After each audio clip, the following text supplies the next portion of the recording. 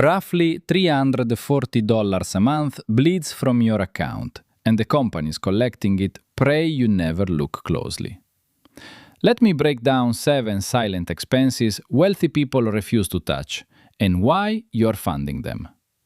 Here's the thing. Most people think wealth is what you see. The car, the bag, the watch. That's the old rule, and it's the reason so many high earners stay quietly and permanently broke. Real wealth doesn't announce itself. It hides. It compounds in the background while somebody else finances the show. Most people don't realize the rich optimize the outflow side of the equation first, before anything else. They don't chase a bigger paycheck for a bigger lifestyle. They plug the leaks, then let the water rise. Think about 2 archetypes. One earns $250,000 a year and simply cannot stop working. The other earns $90,000 and could retire in a decade. What separates them isn't the income. It's what they refuse to pay for. 7 silent taxes the middle class has learned to accept. I'll walk you through all 7 with the math, so you can decide which ones you're still funding. And the first one is sitting in your driveway right now, quietly draining your net worth every day. Number 1. New cars. Here's the truth. A new car isn't a purchase. It's a subscription to depreciation. The second you drive it off the lot, that car loses between 9 and 11% of its value. In year 1, you're down about 20%. By year 5, roughly 60% of the sticker has evaporated. You didn't just spend that money. You watched it silently disappear while paying insurance on the loss. Now most people don't feel this pain because the dealer wrapped the loss inside a smooth monthly payment. $600 a month feels manageable.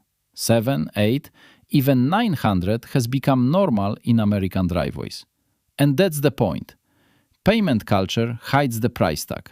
You're not thinking about total cost of ownership. You're thinking, can I fit this line into my budget? Wealthy people, though, think completely differently about cars. They think about the asset. They ask, what will this be worth in 3, 5, or 10 years? A new car answers that question in the worst possible way. So the wealthy simply don't buy new. They buy 2 or 3-year-old certified pre-owned. Same car, same warranty, sometimes at half the price. They let the first owner absorb the depreciation curve, then step in later when the math finally works. Let me put a real number on it. Take a $600 monthly car payment for 30 years. Instead, invest that money at a reasonable market return. You're looking at roughly $1.4 million.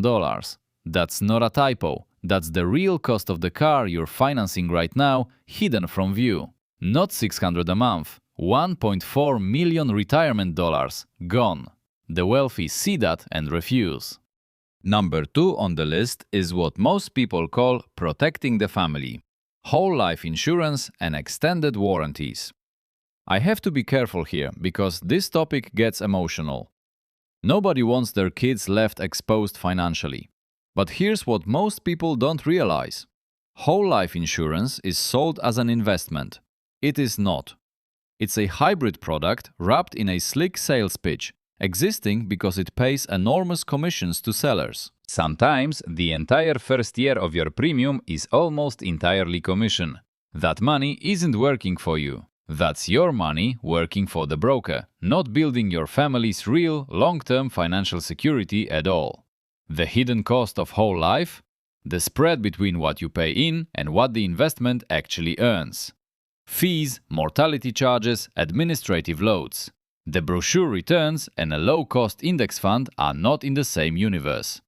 Here's the framework wealthy people use. If someone depends on your income, buy term life. Cheap, simple, 20 years. Then take the difference between whole life and term premiums and put that difference into a low-cost index fund. Over 20 years, you get more coverage during the years you needed it, plus a growing portfolio you own. Whole life gives you neither cleanly.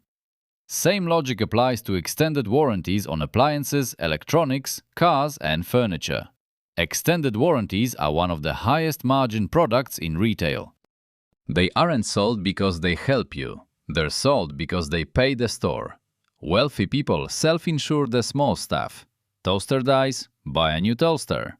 The math almost always favors skipping the warranty. Brokers push what pays them.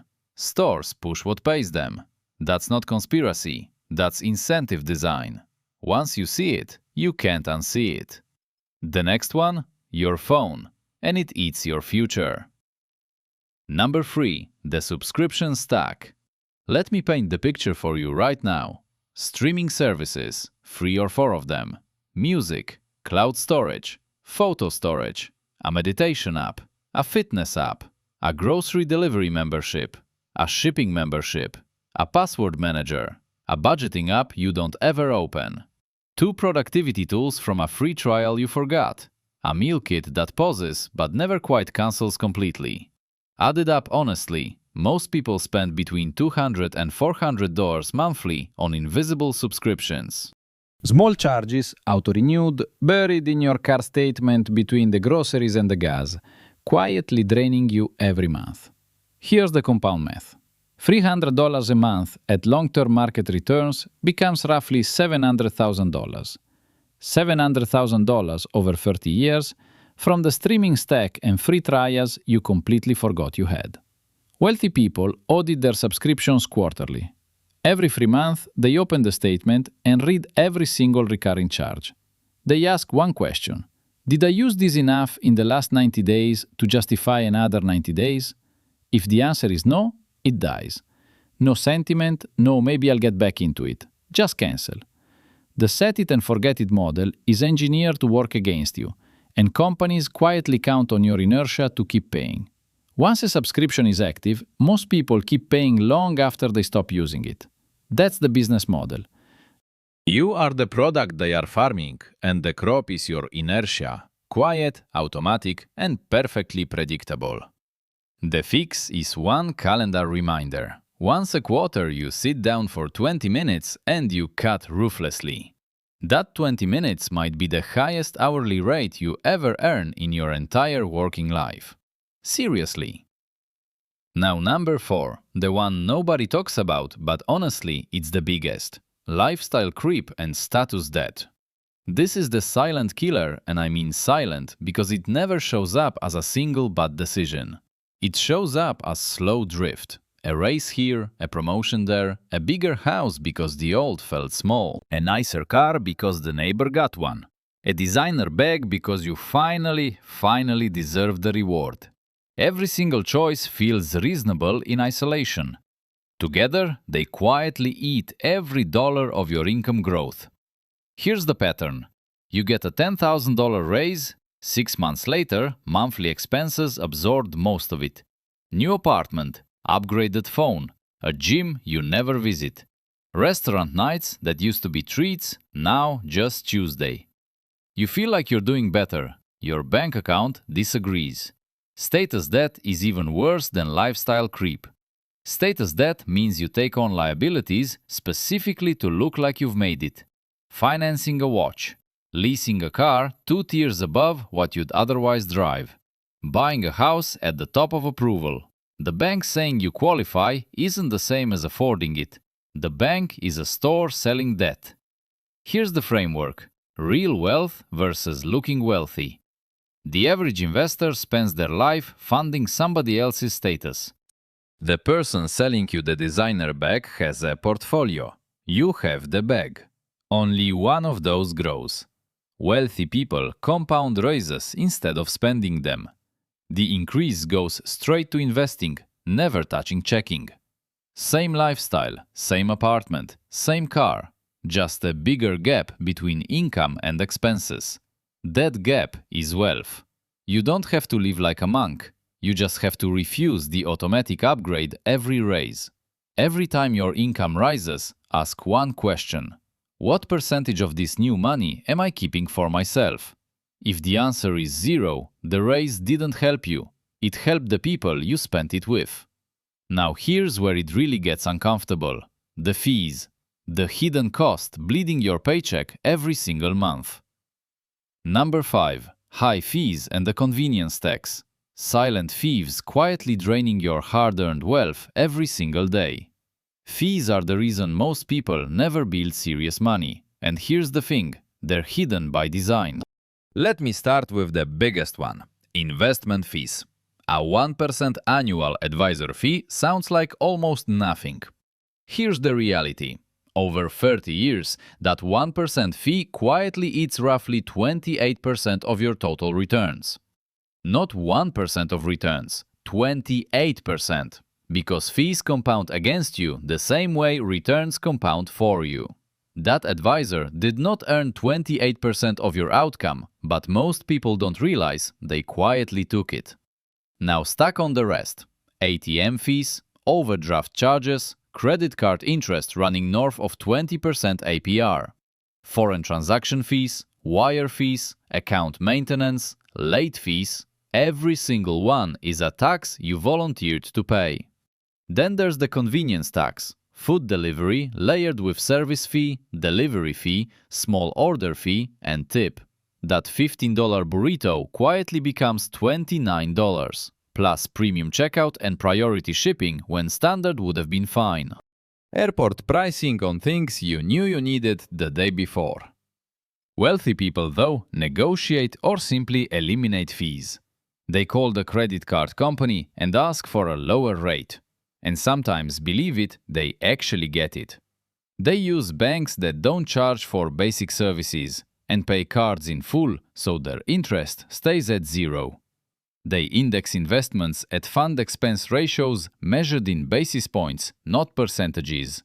The truth is, small fees matter. They see the convenience tax and ask the real question: is this convenience actually worth what I'm paying? The rule underneath all of it is simple. Pay yourself first. Before fees, before subscriptions, before lifestyle. The first check each month goes to your future self, and everything else has to fit around it. Number 6 is the thing everyone treats as an investment, but really shouldn't. Number 6. The bigger house. This one is heresy in most families, so hear me out. A house can absolutely be a real asset. But a house can also be a consumption item pretending to be an asset. The difference is size. Most people upgrade houses every 7 to 10 years, and each upgrade quietly adds more square footage. Every extra square foot isn't just a bigger mortgage, it's a bigger property tax bill every year. Bigger insurance premium, bigger utility bill, bigger maintenance load, bigger furniture requirement, a bigger everything forever. The mortgage is just the sticker price. The rest is the subscription you signed up for that day. Here's the thing. Wealthy people refuse to pay for square footage they never actually use day to day. They stay in a house that fits their actual life, not the life they're supposed to want. The 4-bedroom becomes a 3-bedroom. The formal dining room they'd use twice a year? Scratched. The showpiece kitchen with the second oven is nice, but not if it costs an extra $150,000. There's a specific trap here called the forever renovation. You buy the bigger house and furniture stops fitting, so you replace the furniture. Now the rugs look shabby, so you replace those. Now the lighting is off. Now the yard needs work. The house doesn't just cost more, it reshapes every other budget line upward. Property taxes, insurance, upkeep, all compound with the home's value. A house twice as expensive isn't twice as costly. It's often 3 times as costly to own once you count every line. That's the hidden cost of size. Wealthy people ask a different question. Not what house can I qualify for, but something smarter entirely. What house lets me keep investing at the rate I want? The house serves the plan, not the reverse. Number 7. Paying with time instead of money. This one flips the whole frame you're operating under. Everything so far has been about dollars, but the wealthiest people guard their time more carefully than money, and the middle class is trained to do the exact opposite. Here's what I really mean in practice. Most people will drive 20 minutes across town just to save $4 on gas at the pump. They'll spend 2 hours comparing prices online just to save $15 on a purchase they barely needed. They'll take a job paying $5,000 more a year but costing 90 minutes of daily commute. On the surface, these look like smart, frugal decisions. In practice, they're the most expensive trades imaginable. Wealthy people calculate the price of their hour and refuse to sell it below that specific number. They pay someone to clean the house so they can work on things that actually earn income. They fly direct instead of connecting flights to save 3 whole hours of their finite precious life. 3 hours of their life clearly outweighs $150 in higher airfare every single time. They outsource the errands that don't grow them, protecting their hours like the finite resource they are. This isn't about being lazy. It's about knowing where your leverage actually lives in your daily life. If your hour is worth $200 in earning power, trading it to save 12 is brutal. But culture rewards visible frugality. Nobody claps when you spend on your time. They clap for coupon clipping.